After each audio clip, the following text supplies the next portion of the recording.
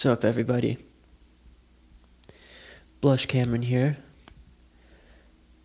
with a new episode of my new podcast.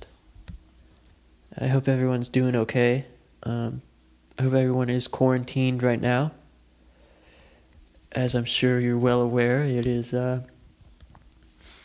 Coronaville, USA, Corona Time USA. So I hope everyone is taking precautions to halt and slow the spread of this pandemic. And if you don't know what I'm talking about, just Google it right now. I'd be shocked if you didn't know what I'm talking about.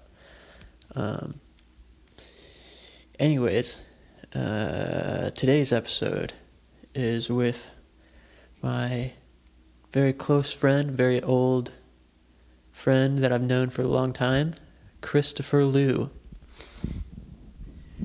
He used to play in a Midwest emo band called Brave Bird that got pretty popular back in the early 2010s. I've known Chris for over 10 years now, and I got to see the rise of his band firsthand and the fall of the band. And it was a very interesting time, and it's a very great conversation to go back and talk about those things. They were signed to Count Your Lucky Stars, which, if you don't know who that is, what label that is, that was run by the guy from Empire. I Was a Lonely Estate, which is another classic emo band. So yeah, it was definitely an interesting time, and a couple years ago, we actually played in a band together called Death Flags. Well, it was his band, and I played in his band. It's like a post-punk, gothic kind of vibe. It's fun to talk about that, too. I left some kind of awkward parts in because I thought they were funny, especially in the beginning. There was like, you'll hear it, but there's this part where he's like, I'm like, yeah, I'm not going to do an intro. And he's like, do you want to just do a start? He's like, we should do like a start here type of thing. And I'm just like, nah, let's not do that. And then I start like right there. So I don't know, it was funny. I left it in. I still don't know what I'm doing if it's not obvious, but I'm learning. Also, I'm working on rescheduling my shows that were supposed to happen later this month. I guess I've never properly introduced myself on this show. So if you don't know who I am, my name's Blush Cameron. I write, record, perform, and release pop songs under the name Blush Cameron. And I have a backing band that plays shows with me, and we were going to head out for a few days at the end of this month. But you know, Corona Time USA, so we have canceled and postponed, hopefully. With that said, I'm going to be out of work for the next couple of weeks, as I'm sure a lot of people will be. If you somehow have disposable income and want to help me get through this time, you can stream my music. You can buy my music on Bandcamp, blushcameron.bandcamp.com. I'm also starting a Patreon that will probably go up with this episode. The Patreon will be patreon.com/blushcameron. And there I will be posting solo episodes, extra clips from the main episodes. For example, I'll be posting a clip of me and Brennan Greaves from Pity Sex talking about Uncut Gems. So if you're interested in that, that will be in there. I'll do behind the scenes stuff. I'll have like a Patreon only Instagram account. And lastly, I will also be posting B-sides and demos of my own music, unreleased stuff. And again, that's patreon.com/blushcameron. And please hit me up everywhere else too at Blush Cameron. That's all other social media platforms at Blush Cameron. Feel free to reach out, say hi, ask questions. If you have any suggestions for guests or suggestions for podcast content or Patreon content, I should say, I would love to hear from you. Please stay safe out there. Please wash your hands. Here's the show. Wait, also, I forgot to mention, I'm going to be playing a full Death Flag song at the end of the show. So that's what that is. If you stick around till the end, that's what that is. Okay, bye.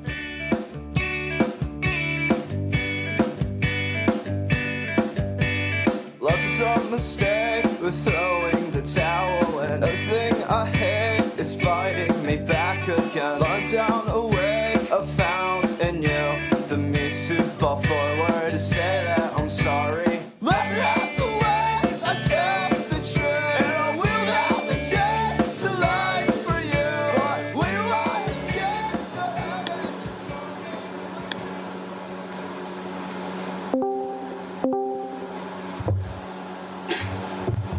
Hello. Yo, what's up? Hey, it's good to hear from you. Yeah, good to hear from you, dude. How does it sound? Does it sound all right? Yeah, you sound amazing, actually. Are you using a microphone?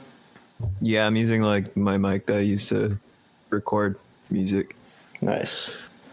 and game. That's sick. How do I sound to you? You sound good. Cool. Cause I just use Maybe my what? Maybe a little bit like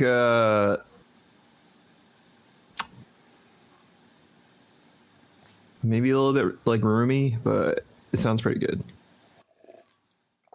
Yeah, I just am using my laptop because I figure, I don't know, maybe this is a dumb reason, but I figure that most people that I'm going to be talking to aren't going to be using like a microphone.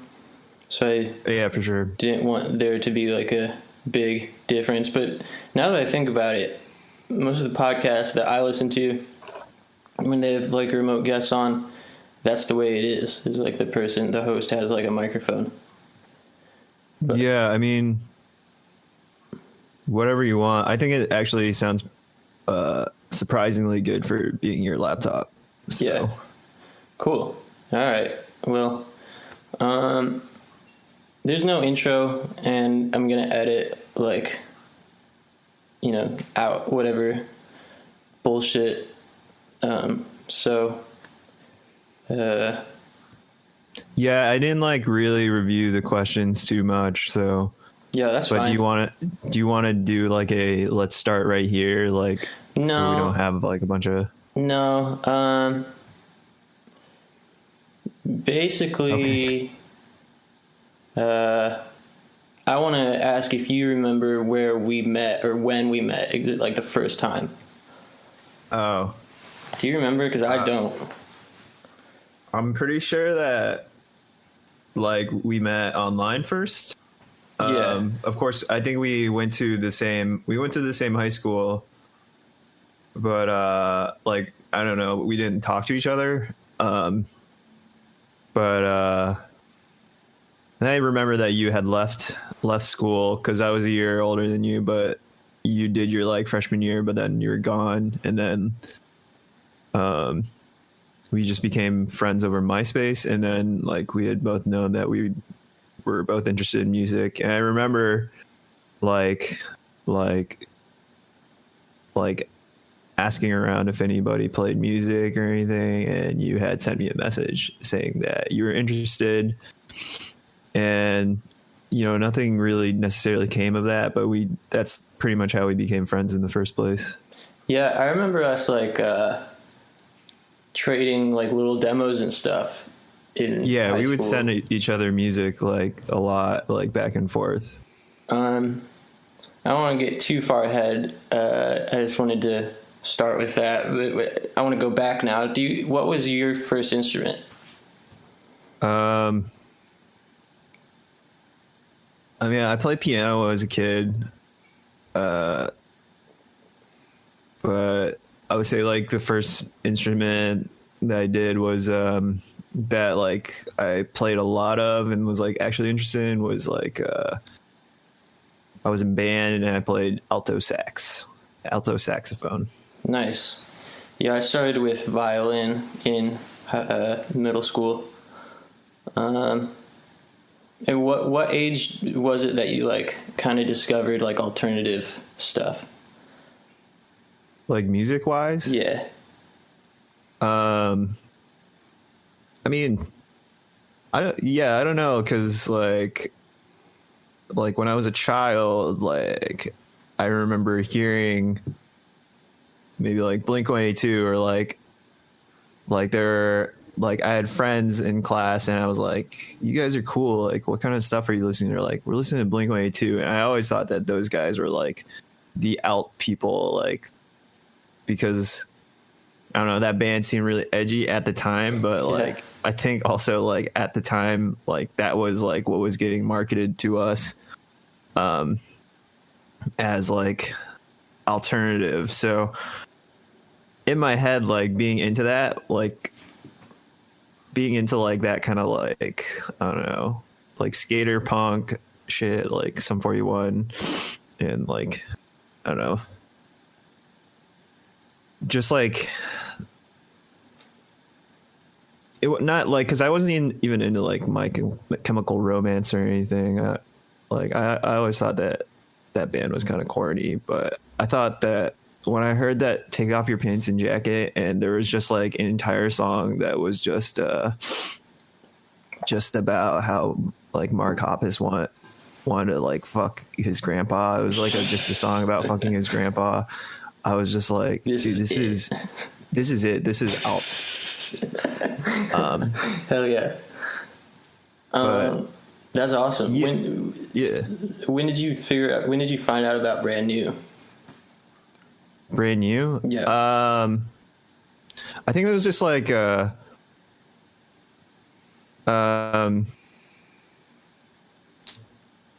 think that I got into them because of our mutual friend Nick Jensen, and we would like just sit around in his basement and play like Halo, and then we would go drive his car like and smoke weed and like just like drive around in the winter like over ice, just like listening to that type of music. So I was always really nostalgic for it, like that time in my life. But probably around like when I was a freshman in high school was when I got into it. And I mean, that was like, I wasn't like into their stuff as it was coming out. I think when it came out that they had like this album, that like really dark album, The Devil and God, I was like, oh, okay, like this is a little bit more heady. It's more like, I don't know, I don't want to say like intelligent, because like I don't even think it's that smart, but it was a kind of like darkness to it. But after I like found out about that album and then like looking into their back catalog, I was like, man, this guy really knows how to write songs, and he has a really killer voice. And I don't know, like I was also just like really into like how he layered his vocals. Like it seems like he just like put like 40 layers of everything on everything, you know, like I don't know, it just sounded really good. Like it sounded like he wrote it sounded like he wrote it at a computer, maybe. Yeah, you know. Yeah, well, and surely Bravebird fans would know this about you, that Brand New is was a big influence.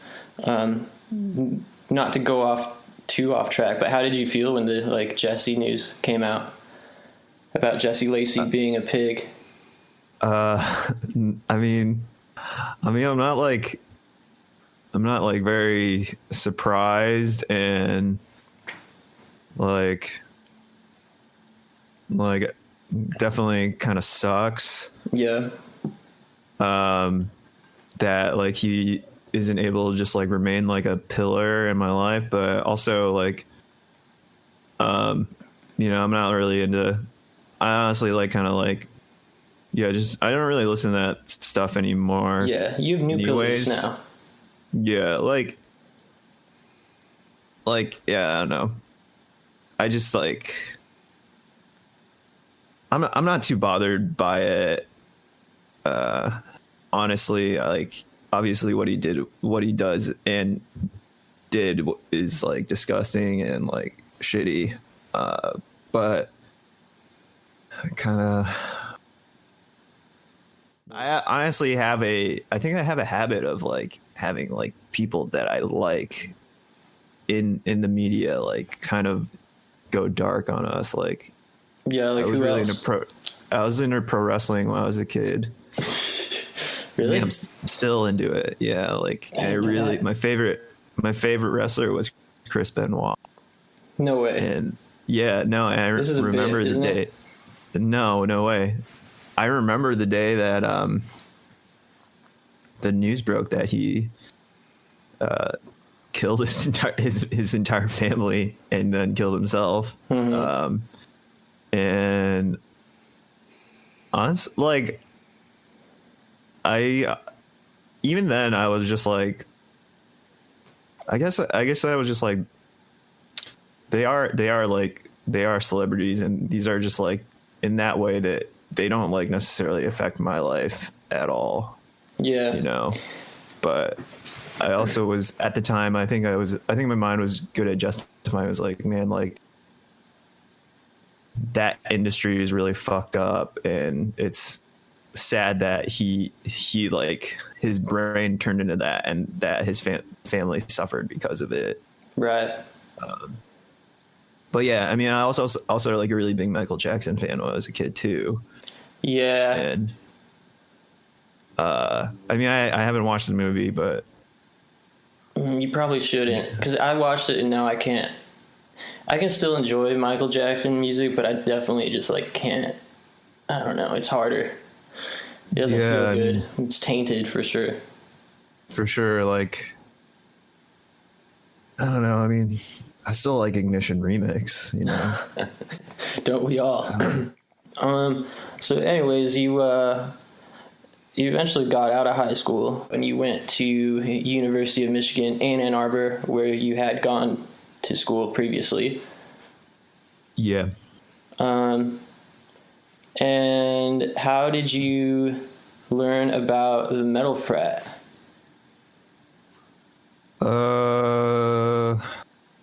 Let me think.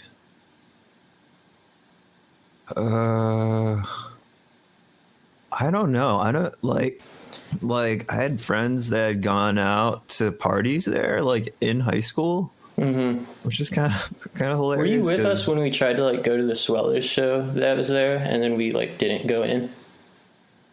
Yes, but Yeah. I remember going in. I actually went in, I think. Whoa, that's crazy. Brave. No, yeah, because I think that was my first time going in there. But basically, I mean, I met,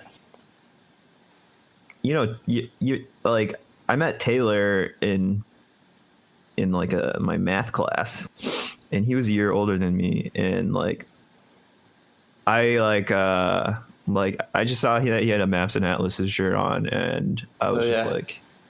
I was like, I should try and be friends with that guy, because like everybody in my dorm's I don't know. Everyone in my dorm's like very, I don't know. Maybe I feel like I didn't fuck with them, but they didn't fuck with me either. And it just kind of was like never going to be a thing where we would be able to be friends. I would be able to make friends with like the people in my class Right. in that way, more like in my dorm more specifically. But yeah, no, Taylor I met Taylor, and then he like invited me to go to a party there or something.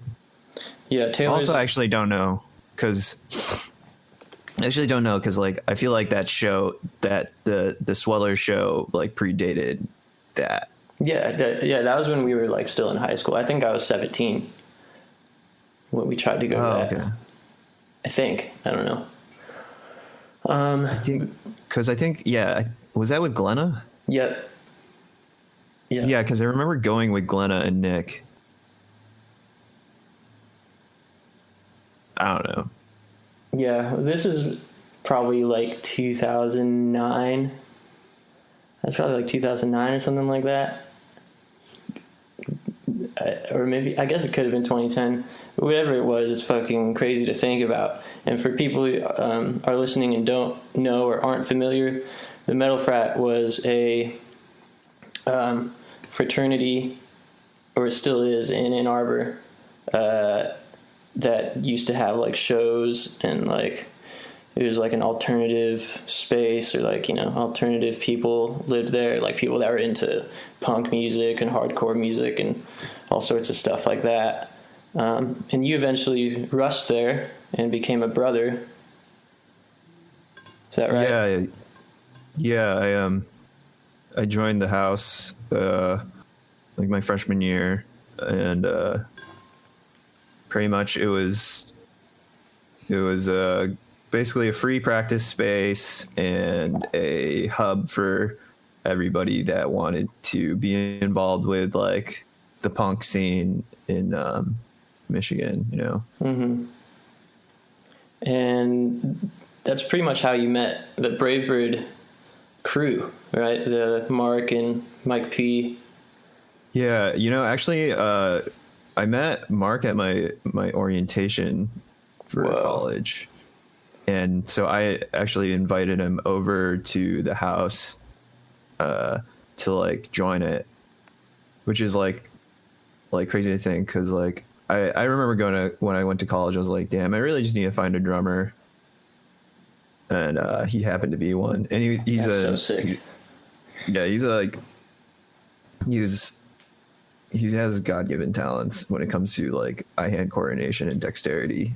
Like, he never practices, but he's so fucking good. It's crazy. Yeah, his drumming really complemented the tunes. Yeah, it was really easy to write with him, and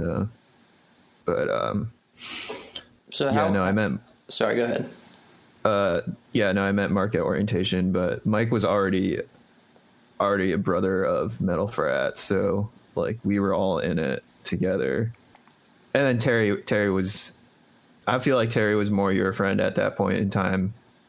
Yeah, we would just come around, you know, we weren't going to school, or we weren't going to certainly we weren't going to the University of Michigan. We just lived in the area, and I knew you from high school, so you were my in for like really coming inside and like hanging out and meeting people at the frat. But yeah, we just all started hanging out there and like going to shows all the time and stuff. It's a weird like collision of worlds in there, because it was kind of just like, it's like everybody who wanted to be involved with music that was like a nerdy guy, like kind of like gravitated to that space. But then it was also like everybody was also into their own shit, like in terms of like genres and like what they liked. Mm-hmm. And you know, definitely like some people, like there was like more of a, there was a kind of a power struggle between like the metalcore people and the hardcore people and the like Midwest emo people. Right.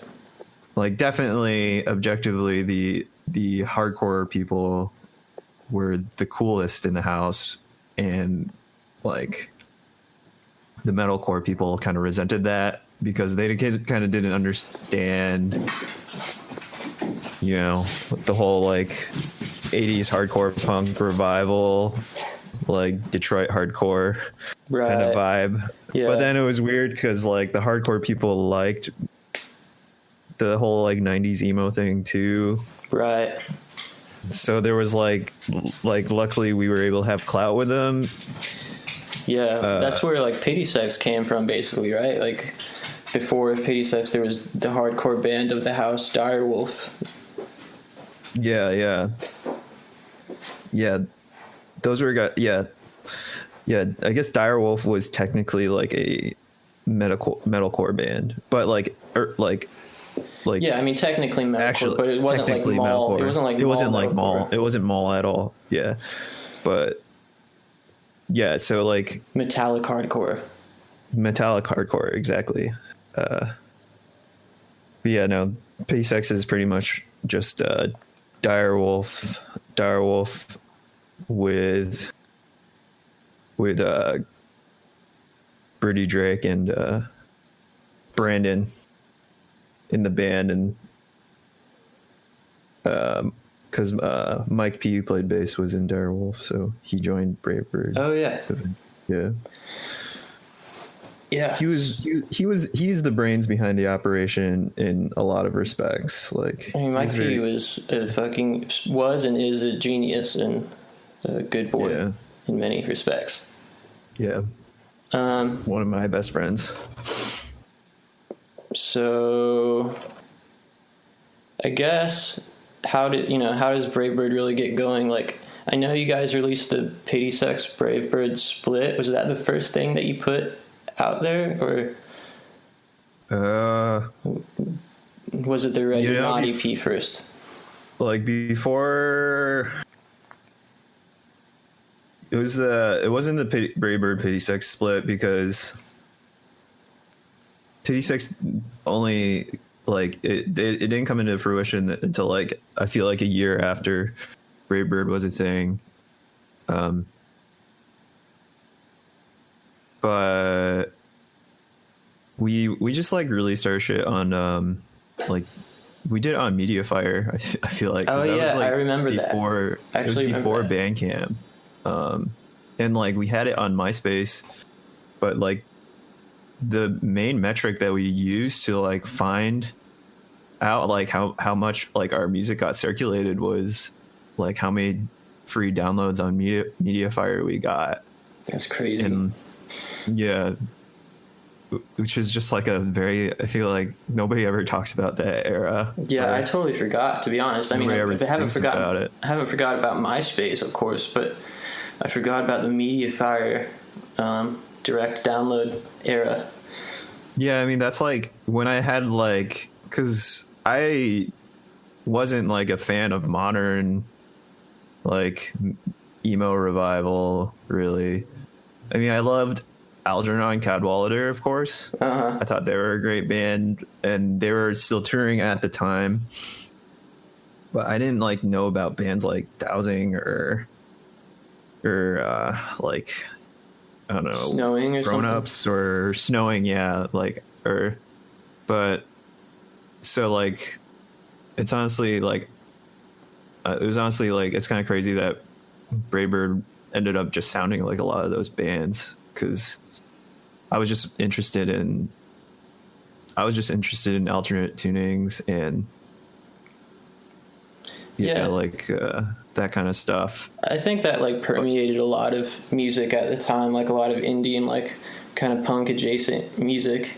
It was just like riffy noodling, and it didn't even have to be emo. Like, I liked a lot of just like kind of math rock and whatever. Yeah, like a lot of like just instrumental guitar music was alternate tunings, but like more like percussive playing. And I think I didn't even go ahead.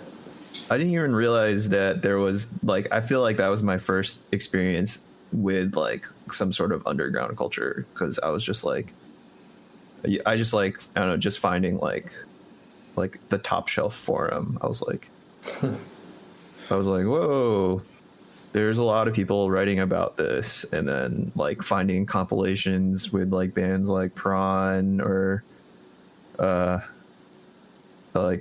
Ape Up and Algernon. Like, I was like, wow, this is kind of the stuff I've been looking for, Mm-hmm.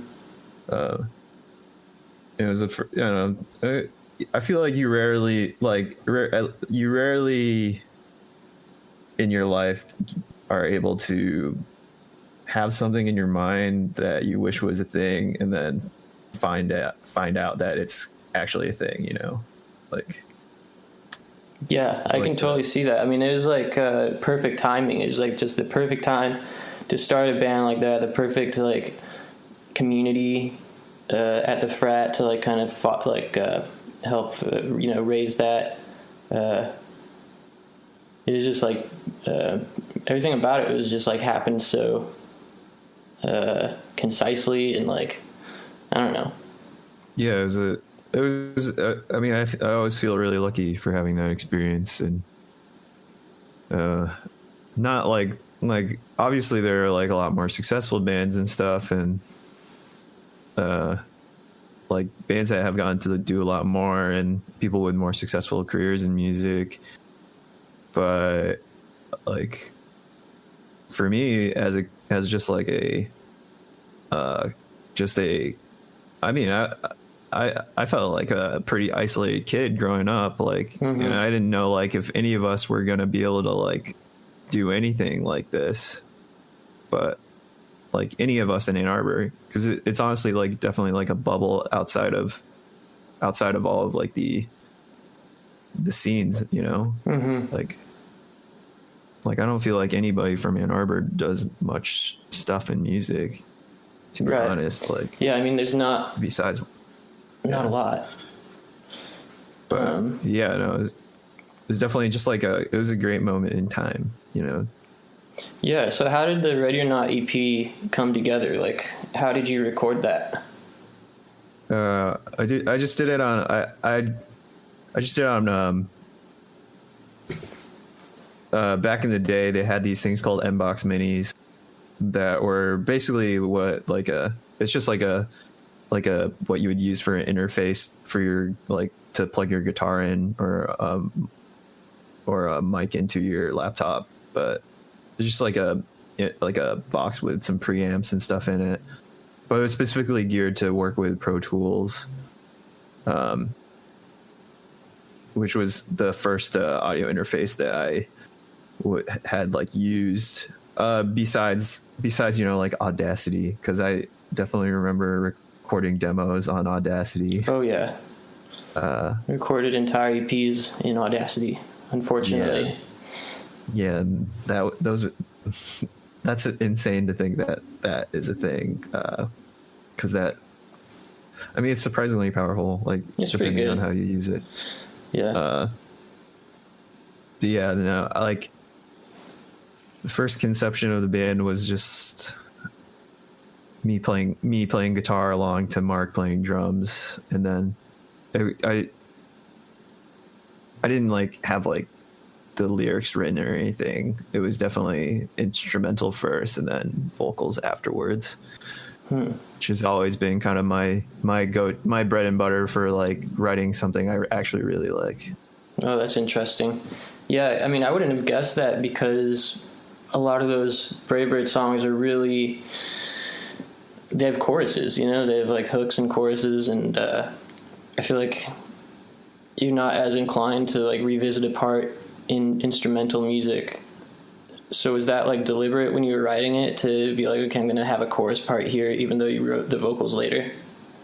You know, I think like songwriting wise, I never had interest in having a ton of like key changes or like tempo changes or like time signature changes. I was always more interested in like coming up with my version of pop music or just like something I like listening to, you know, like something not like too intelligent, you know. So like, even though like I feel like there were some riffier parts for the band, it was always just gonna be more about writing songs that were really easy to listen to and for everybody to enjoy, you know. Yeah, like pop songs, you know. Yeah, and I think that's definitely what helped, you know, Mm-hmm. that helped it catch on for sure. I mean, people were able to sing along super easy. Yeah, you know, it was usually like 4 or 5 chords, you know. And Yeah, what were not you to gonna say like I was gonna like I do have like a classical background or like a jazz background and like that from like doing music in high school, but yeah, I think it was more just like we're trying to rebel against doing anything intelligent at all, you know. That's interesting. Yeah, just that was my whole thing with playing guitar and playing in bands was a, you know, a rebellion against that whole ideology. Well, I think it worked out. I wish I would have had that mindset sooner. I was too What caught up mindset? of like, you know, not overcomplicating things and like writing stuff for other people to listen to. Yeah. Or I think it was more just like, I honestly think it was like, this is just what I want to listen to. Yeah. Me as the ideal consumer, you know, Right. at the time.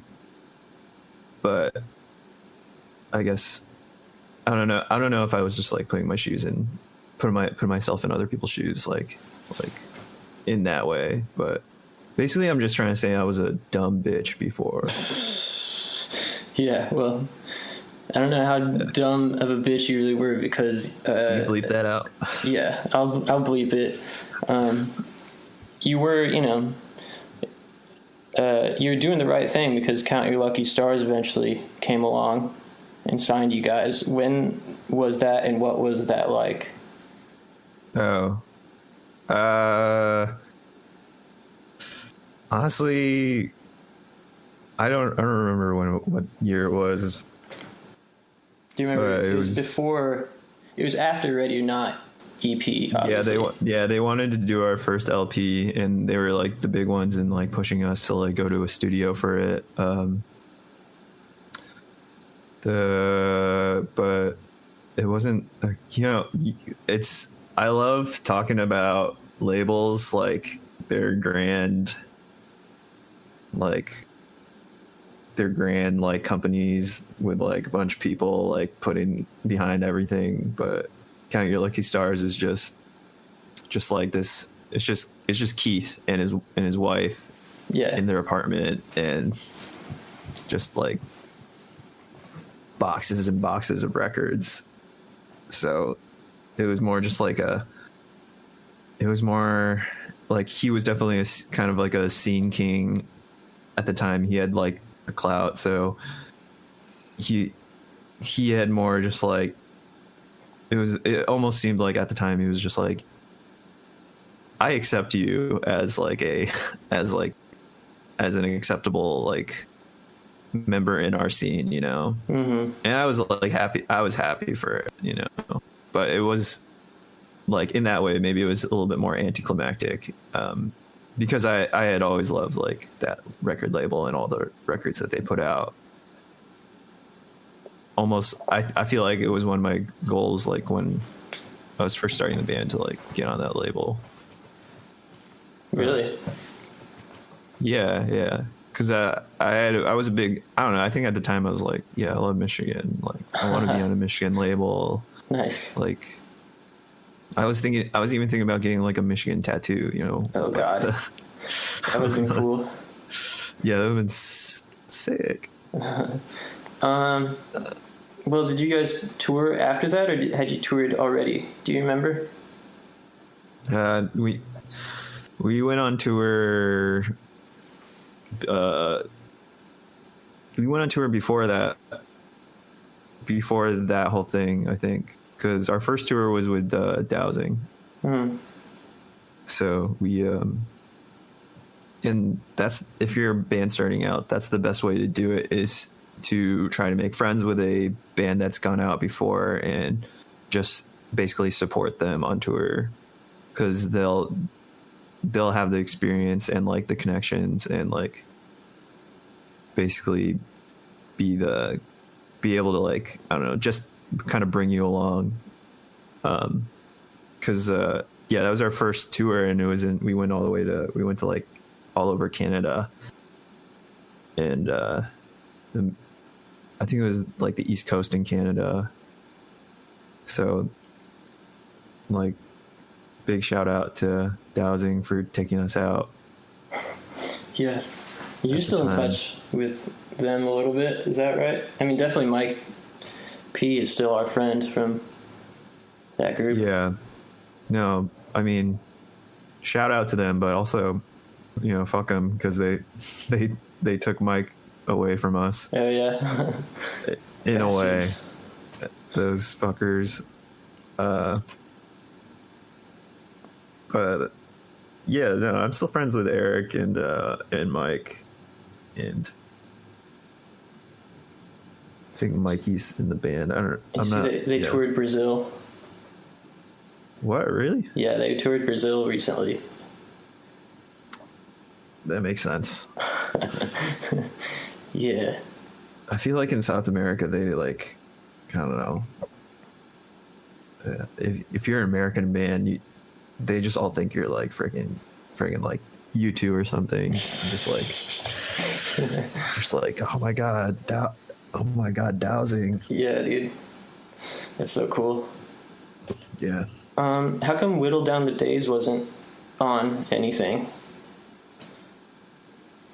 It was on our LP, Oh, it was? but it was a re-recorded version of it. That's not as good as the original one that me and Terry did. I didn't see it on the Bandcamp. Maybe I'm dyslexic and couldn't read it. I'm not like a big fan of that LP. Okay, well, let's... So like it might be intentional that it's not on there, or it's not easily found on there. it is on here. I just missed it. But Okay. let's talk about that. Why aren't you a big fan of it? You recorded it in a studio?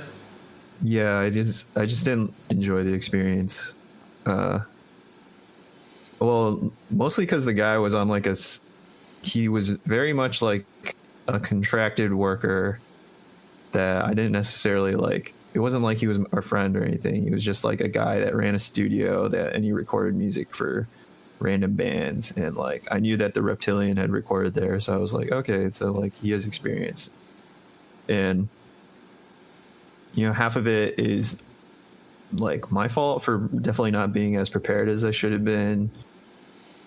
But the other half being his fault in that like he was on a very schedule. And halfway through the recording process, like I got really sick and like my voice was going, and he was just like, I was just like, dude, like I don't know if I can do this, like because my voice sounds like shit right now, like I'm sick, like I can't talk. And he kind of just like was like, well, like I don't know like what you want me to do, because like you have these 3 weekends booked. I don't know if you want to book another weekend. And at the time we had no income because we were in college, and Mike P was fronting the money because he was actually the one with a job, and I didn't want to see if he would like put up more money just so I could get better. So I ended up going into it just singing most of the vocals just entirely sick. So like I just feel like I just feel like I sound like shit. You know, also like I feel like the guitar tone sounds really bad too. And also I wasn't like a really big fan of the production, like in general. It just seemed very like sterile. Yeah, I tend to agree that it seems like a lot of the fans didn't notice and didn't care. It seems like people still really liked it. But I definitely understand that feeling that you have about it. Were you guys like getting along in the studio, you and the rest of the band at that point? Yeah, for sure. Like, You guys were all excited, I imagine. yeah, like there, like we had a very good like power dynamic when it was just me, Mike, and Mark. Because like I feel like we were all kind of in charge of everything we could do, and we were all just happy to be there, basically. Was Terry not in the band at that point? No, he quit right before we did that. Oh, I forgot. He like quit and came back. Yeah, then he came back afterwards because I didn't want to do a 3-piece anymore. I just didn't want as much responsibility like playing guitar because it was all that I could handle to play riffy stuff and like kill my voice like that. Mm-hmm. Okay, well, so that came out, and did you tour after that released? We definitely did. I don't remember. I remember seeing you guys meeting up with you guys in Boston. I think were you touring with The World Is, or was that just a one-off show? Do you remember this? We played like 3 shows with World Is when we went out with Pity Sex for our like, I think that was our second or third tour. But yeah, that show definitely happened. I don't even remember what that house was called in Boston, but It's like Crazy Castle or something. yeah, it was something Castle. Yeah. Yeah. Okay, well, what's up with the demo compilation that you guys have on Bandcamp? Oh, I mean, that kind of came about like when I knew like Brave Bird was over. I basically took everything that I thought was representative of like the work at that time, and I put it all together and was just like, please remember us like through this, and not necessarily through our like albums, because you know, as you know, like I wasn't a big fan of the LP that we did. So all of our stuff besides T minus, actually, now that I think about it. You don't like any of it besides T minus? No, just like it has all the stuff before. Oh, it has. T-minus, Okay, got you. Yeah. It's got all the stuff before that. Yeah. When did you know it was like ending? How soon after the Maybe You LP? Actually, I'm misremembering it because we did the EP after we did it was like we did an 8-inch it was a 10-inch. The T minus Grand Gesture. T minus was a 10-inch, yeah, and like that was like kind of like a new life for the band, but like I knew that we were gonna break up pretty much like after we did that one. I knew that we were gonna break up after Mark quit the band, because I knew that we weren't gonna be able to find a drummer that could do what he did on the album, basically. So you thought you guys were gonna quit after the demo compilation, but then T minus kind of like resparked the interest for you, at least personally. Am I understanding that correctly? Well, so the demo compilation actually came after T minus. Oh, weird. Yeah. The Bandcamp dates are messed up. Oh, really? Yeah, it says that the demo compilation came out in March 2013. Oh. Okay, maybe I didn't make it. And then T minus Grand Gesture was May 2014, according to Bandcamp. Oh, okay. Which I thought it came out in 2013 myself. Yeah, who can say? I mean, I mean, there's a paper trail for it.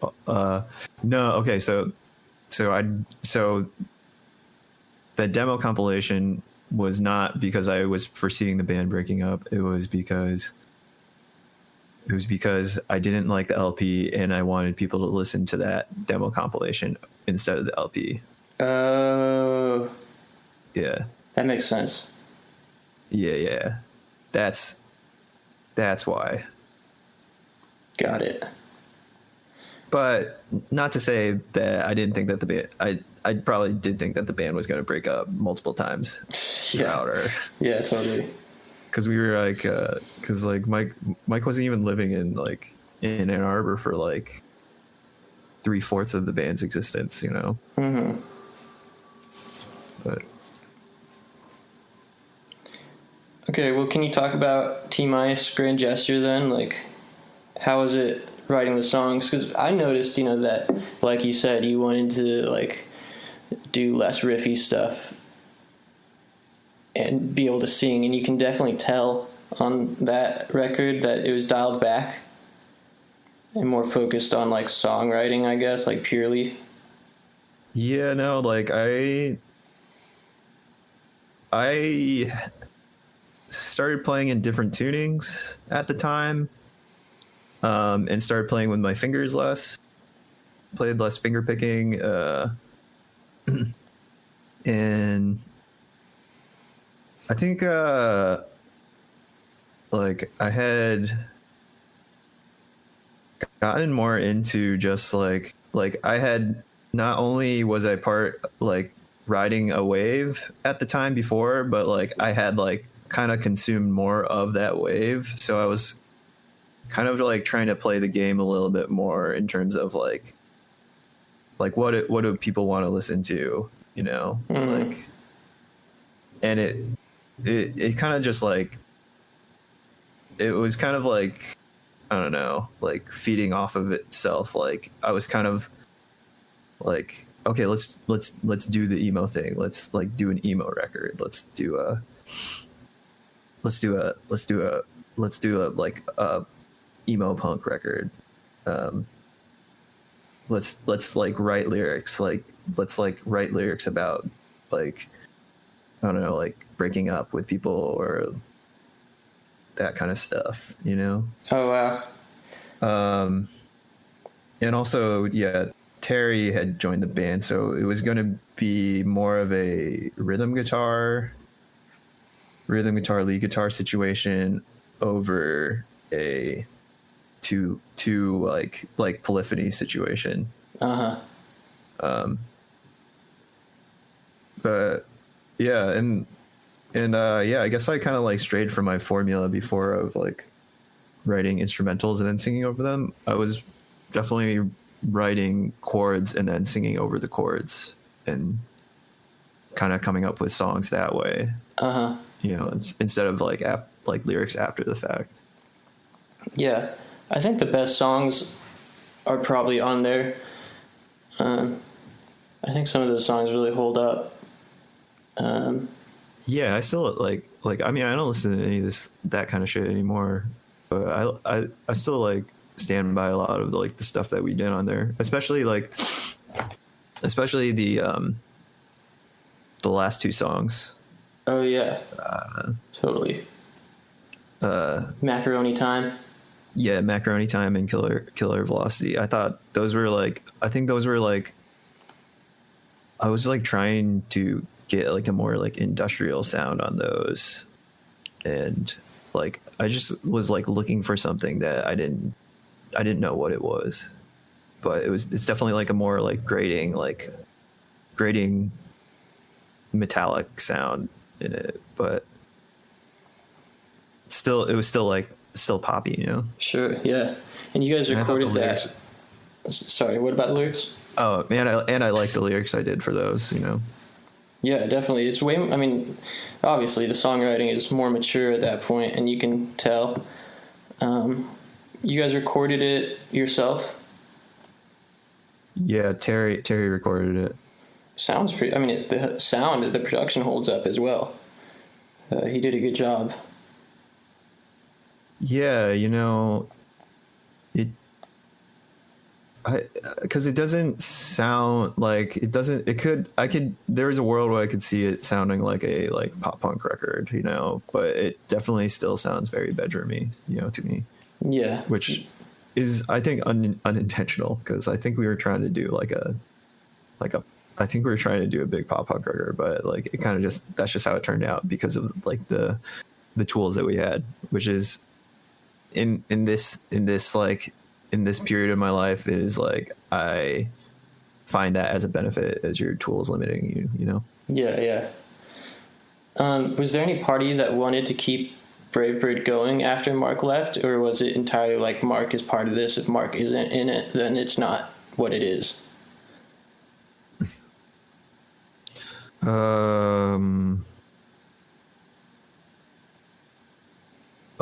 Mike and Terry wanted to keep doing it, or they would have kept doing it, but like I just, it was like I knew that if I wasn't gonna do it, then it wasn't gonna be a thing anymore. So you personally just didn't want to keep doing it?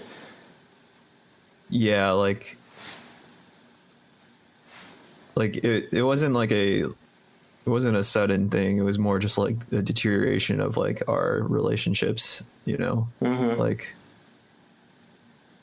just I mean, it's just like friends drifting apart. And I think that we all thought that we were better than we were, but like in the back of my head, personally, I was like, dude, there are people doing way more stuff, working way harder, and like doing better stuff even. And like I know that like if we keep doing this, we're just gonna continue to stagnate and like, you know, rest on our laurels and just like ride this like weird internet clout that we got when we first became a band. It wasn't, I just knew that it was never going to be more than what it was. You know? Okay, so what did you do after that? So, did you do music at all? Because I know maybe around 2015 or so, you started another band. Started Senpai, right?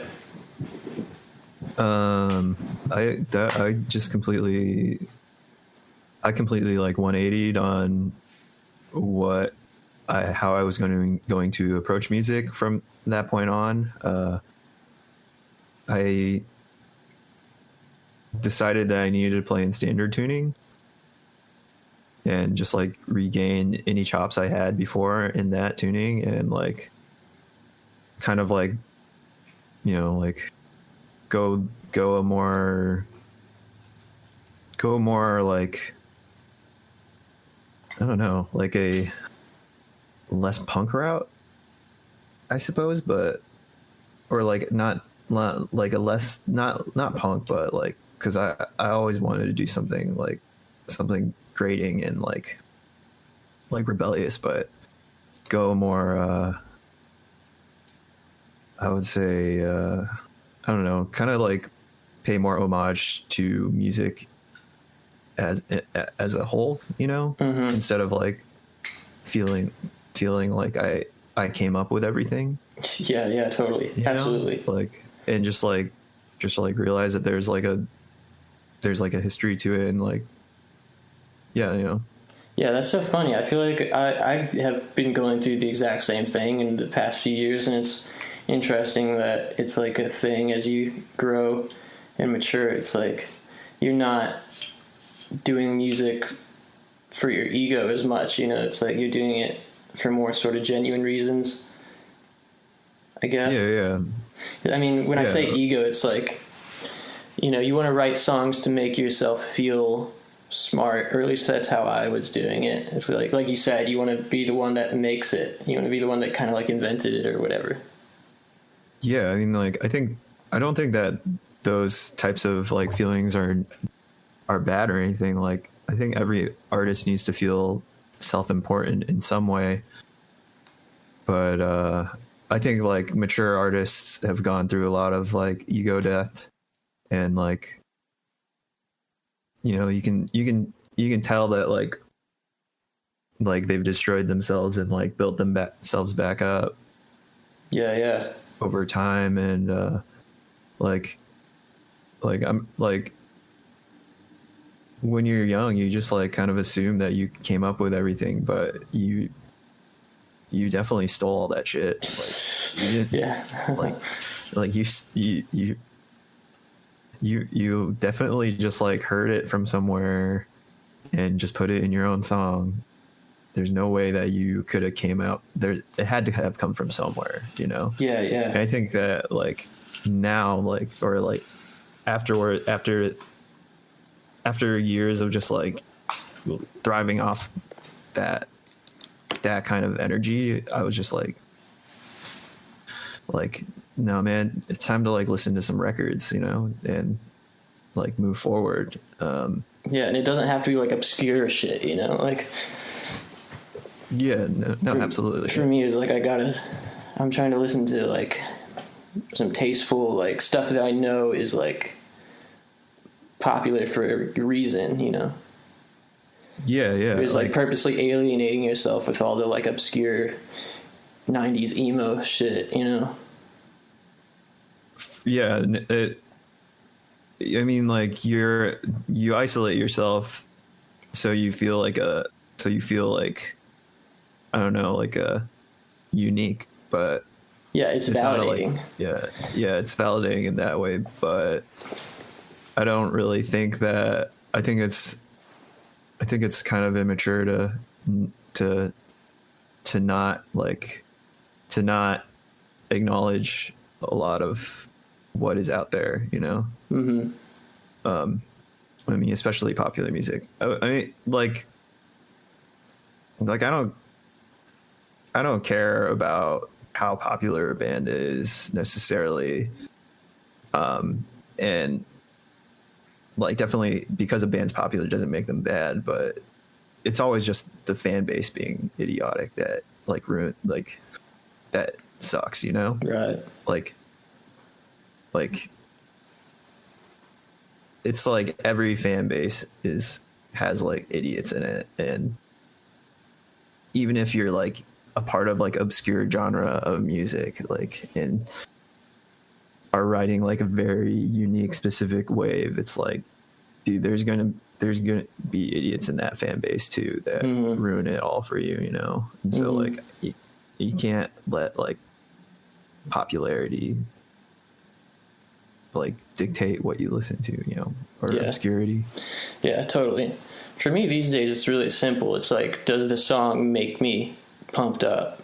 You know, it's like nothing else beyond that is important.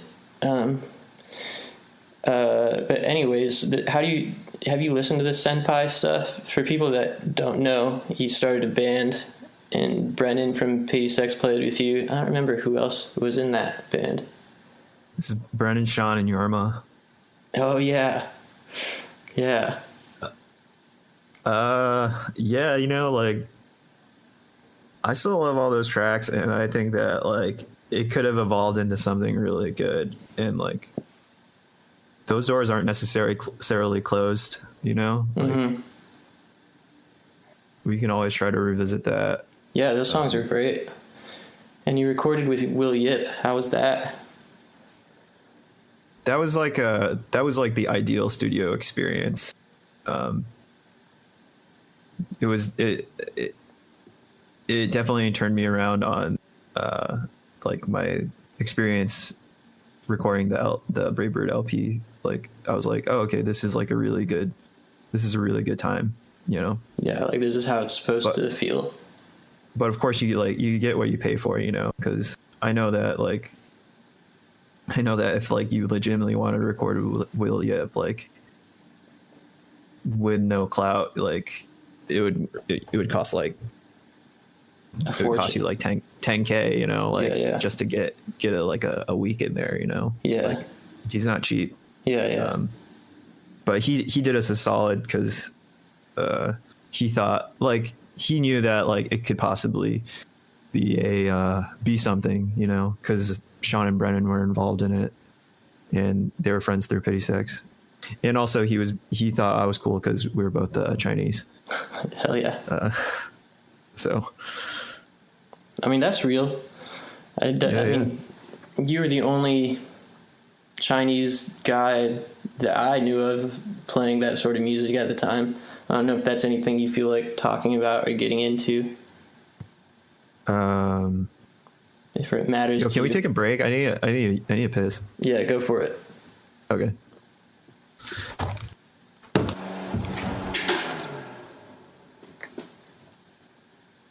Okay, I'm back. Cool. So basically, what I'm trying to say is, Braybird was the Black Panther of for the Chinese. Definitely. No, I mean I don't really have anything too overarching to talk about in terms of like representation in that genre of music, you know. Mm-hmm. But Okay. But like draw whatever conclusions you want. But every Pity Sex album had a hardworking Asian behind the production. Definitely, dude. Hell yeah. No one wants to talk about it. Everyone's too scared. Nobody wants to talk about the thousands of Asian hands that were used to put reverb on Bree Drake's voice. Okay. So yeah, Senpai was kind of short-lived, unfortunately. Yeah. Is it just because you guys were in different places with like, that was like at the height of Pity Sex, really, wasn't it? Yeah, you know, like they hit me up about starting a band because they thought Pity Sex was going to break up. Oh. So it was more of like an insurance policy for them to like basically keep working at the time. Mm-hmm. And like I understood that, and it was a good opportunity for me because like I get to like write music with my friends in that way, and we didn't like treat it necessarily as a side project. It was like very much like we would meet up, we would practice like a decent amount and like write all together, you know. It wasn't like, I mean, I definitely took the lead on like the bulk of like the song structure, but like it was definitely a band that came from jamming together, you know. Mm-hmm. But yeah. What was the question? Like, why was it short-lived? Yeah. Yeah, it was at the height of Pity Sex, and then it kind of took like a backseat to that, and like them touring, and then I think I got in like a personal beef with Brennan about shit. Like, I think it was to do with some stupid shit. We are constantly fighting about stuff. Like, so Yeah, for sure. I think I've deleted Brennan's contact information probably like 3 or 4 times, but then have gotten it back subsequently. That's so funny. You know? Yeah. Yeah, I mean, you guys kept working together after that. So I mean, there's like a year or so between Senpai and your next project, which was Death Flags. Yeah. We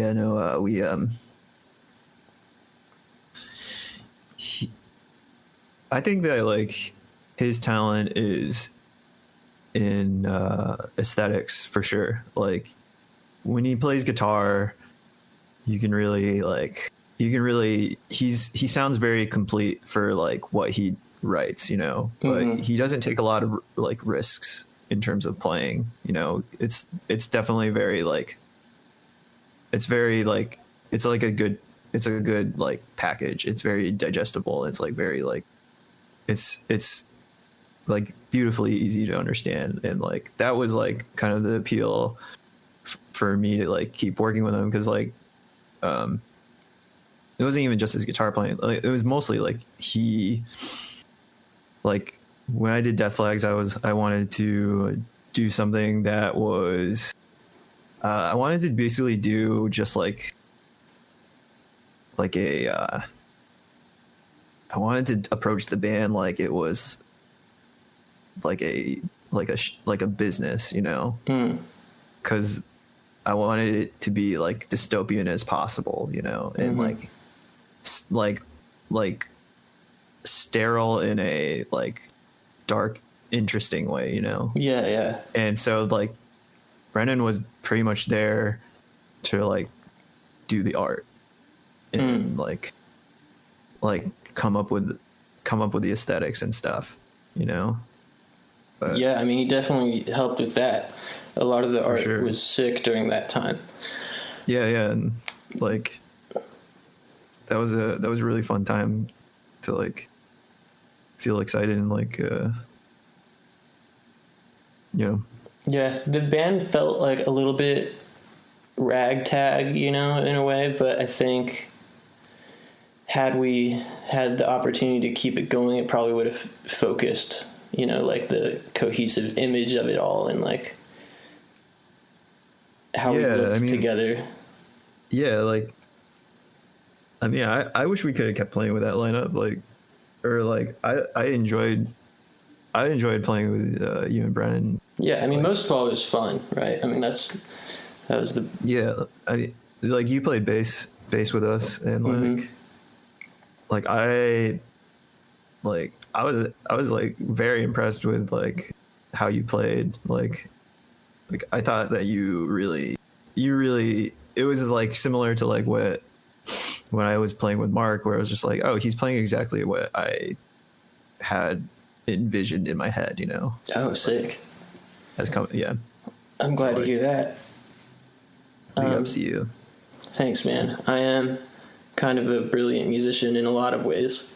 What got you into like what like inspired you to go that direction with the sound into the more like gothy post-punk stuff? Because Senpai was definitely kind of like had a darker idea or like aesthetic, you know, creeping into it, but it was more, you know, it was alt rock essentially. Whereas Death Flags was straight up like post-punk, like.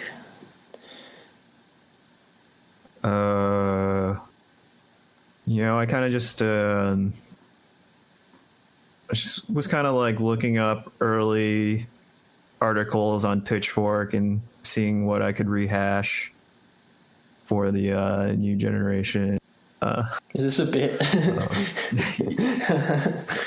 No, yeah. I mean, I just wanted to come up with something sustainable for me that I thought I could be committed to, you know? Yeah, totally. Because,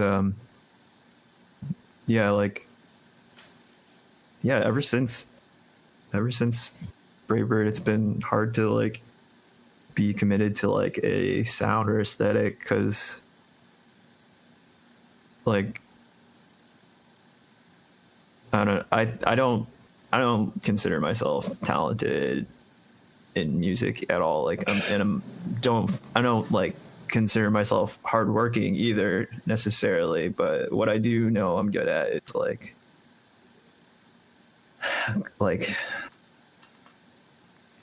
being able to like start up from new all over again. Like I have like endless optimism in trying to like reinvent myself or my sound, you know? Yeah. But I had done that like, you know, like 4 or 5 times after Bravebird, and like even during Bravebird, I feel like we were always trying to reinvent the sound. But for this, I just wanted like to be able to settle on something, and I don't know, it's kind of just what I liked, you know. Do you find it hard now to like stay focused on that sound? Do you find yourself wanting to do a different sound at this point? So you're still making songs. I don't know when the last time you released something was. It wasn't in 2018 that you put out. Yeah, no, like that album. I've just been putting out. I've kind of found it pointless to. I'm not like interested in being in a band. To I don't know. Oh, sorry. Yeah, you're good. Okay. You're not interested in being in a band. I'm not interested in being in a band to like do the whole band thing necessarily. Like I'm more interested in like trying to like, I don't know, find a community, you know, and like that of like people that like I like and like want to work with and like have it like connect me to people. I've like gone through like so many like permutations of like what I want to do with music, and like I've gone like a lot of years like not involved in any scene, like very heavy and like at this point I just want to have fun and like hang out with my friends and just like work on stuff with people. And like when I do write demos and stuff, like I don't have like a necessarily like a zeitgeist to the music that I want everybody to like to follow, but it is more of just like a, you know, like a signal fire kind of to like anybody that wants to like fuck with me and like, you know, like work with me or like even just like be like friends with, you know, like I think that's why we all do it, you know, in that sense, Mm-hmm. you know. But yeah, I mean, that's more of like the reason why I'm not like so motivated these days.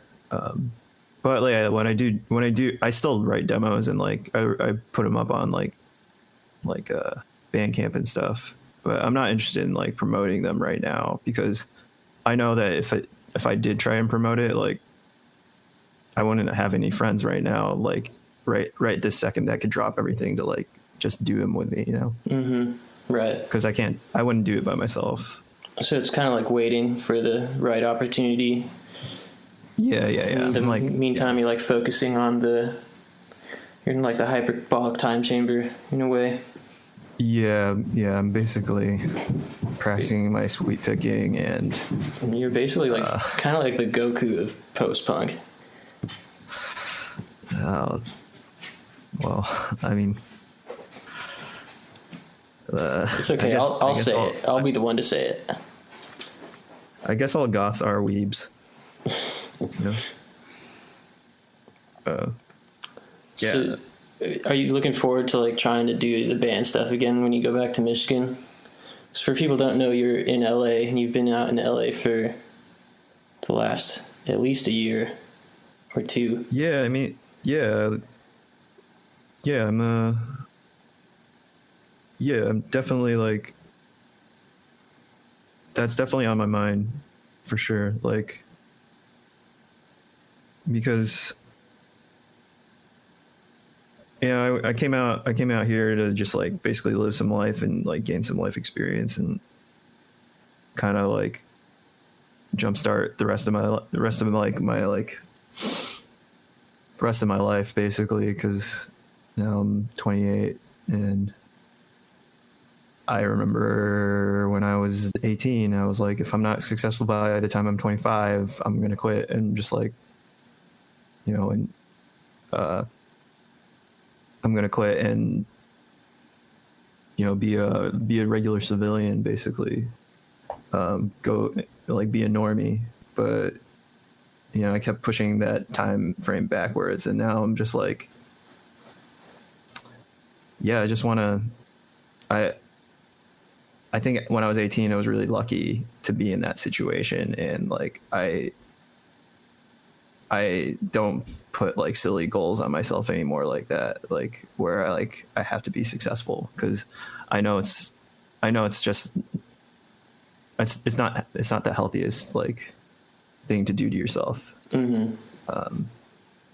Yeah, just trying to be more like, I don't know, be more zen about it, I suppose. Yeah, I mean, Yeah. I can tell that about you these days in general. I mean,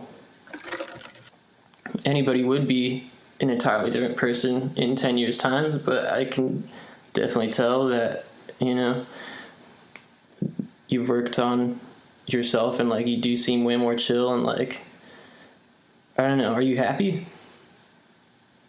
Yeah. I mean, yeah. I mean, it's, what does that mean? What is happiness? I mean, I'm not like stressed out or like. Word. I'm not stressed out. And I do have like kind of like acceptance about things. I feel very stable, I guess. Yeah. Well, that's good. Yeah, I'm hoping to like try to get all my friends to like, you know, like we talked about this over group chats, like 2020, let's get this bag, you know. Yeah, definitely. Like hopefully something comes of it.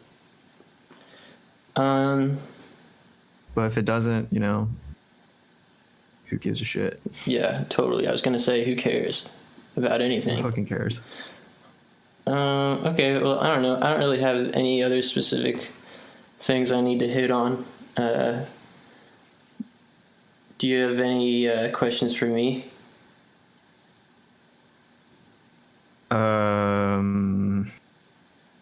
When are you gonna move back to Michigan and hang out, play music with me and Brennan?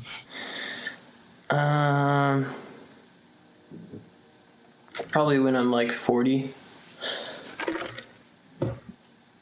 Cool. So that's in like a couple of years. Yeah. Yeah, you no, got me. I don't know. It is. Yeah, it's so funny that like the people that I feel most comfortable with collaborating are the people that I've known the longest, and it's not to say that I don't have any hope for like meeting anybody else that I would be happy to collaborate with, but it is so random to have met all of the people that I want to work with before the age of 20, you know? Yeah, I mean, I don't know if that's like, if that has to do with just like environmental things, like growing up in the same area with the same influences, and like, of course, you know, staying in touch. Of course, we're going to be like on the same wavelength in a lot of ways, or if it's like really just like stars aligning and like you meet your friends at the right time. Yeah. I guess it's like I'm not friends with a lot of the people I grew up with still, and like I don't talk to everybody from my past. Like you're the only person really, I mean, from that time that I still talk to you. So I don't know what it is. Yeah, I think it's just we're always just trying to, I mean, at least for me, it's always just trying to get back to those times, or like get back to it, because there's no hope for like the future being better, but there is hope for reliving your past just a little bit, right? Yeah, that's beautiful, man. In a really sad way. Yeah, you know, I don't know. I mean, the best times were always just, you know, just me and Mark, you know, playing and being like, oh man, this is sick. Let's go get Thai food now. It's like that Weezer song, Back to the Shack. Yeah, Back to the Shack, dude. That was like me and Brennan's like thing for like 2 years, we kept talking about going back to the shack. That's awesome. We got to bring that back. Bring it Yeah, back to the shack. Yeah, for sure. In the garage. With the lightning strap. Yeah. I don't know. Yeah. Yeah, It's nice to talk to you, dude. yeah, this has been fun. I hope you don't release this. Really? I mean, I hope that you pare it down a lot and only put the parts that I sound cool. Oh, totally. Well, you sound pretty cool throughout the whole thing, I gotta say. Yeah, I don't know exactly how I'm gonna release these. I think I'm gonna like collect at least 4 of them total, and then like release them weekly or bi-weekly as like a season. Yeah. I mean, I think that you should I think you should like put them on YouTube. You should get like a YouTube channel or something. Put them on YouTube. Oh yeah, well I'll put them up everywhere that I can. Sure. Yeah, I definitely appreciate you doing this with me, because I don't, at this point it's like I know enough people that would come on that I could get to come on and do it, but I want to start with my friends so I can like not have someone like judging me or whatever while I'm fumbling through my flow and like learning how to do it. Yeah, I think like learning how to talk in this kind of setting is just like it's like a milestone, like in the context of like in the context of like I am having a conversation, but it is a conversation meant to be heard. Right. Yeah, totally. And just to like make sure you have a good like radio voice. I think you should come up with like an intro or something. Oh yeah, well I'll do like a separate like like a Doughboy thing. Yeah, or like a Mark Maron type of, like where you play guitar for like half an hour. Yeah, we're gonna play.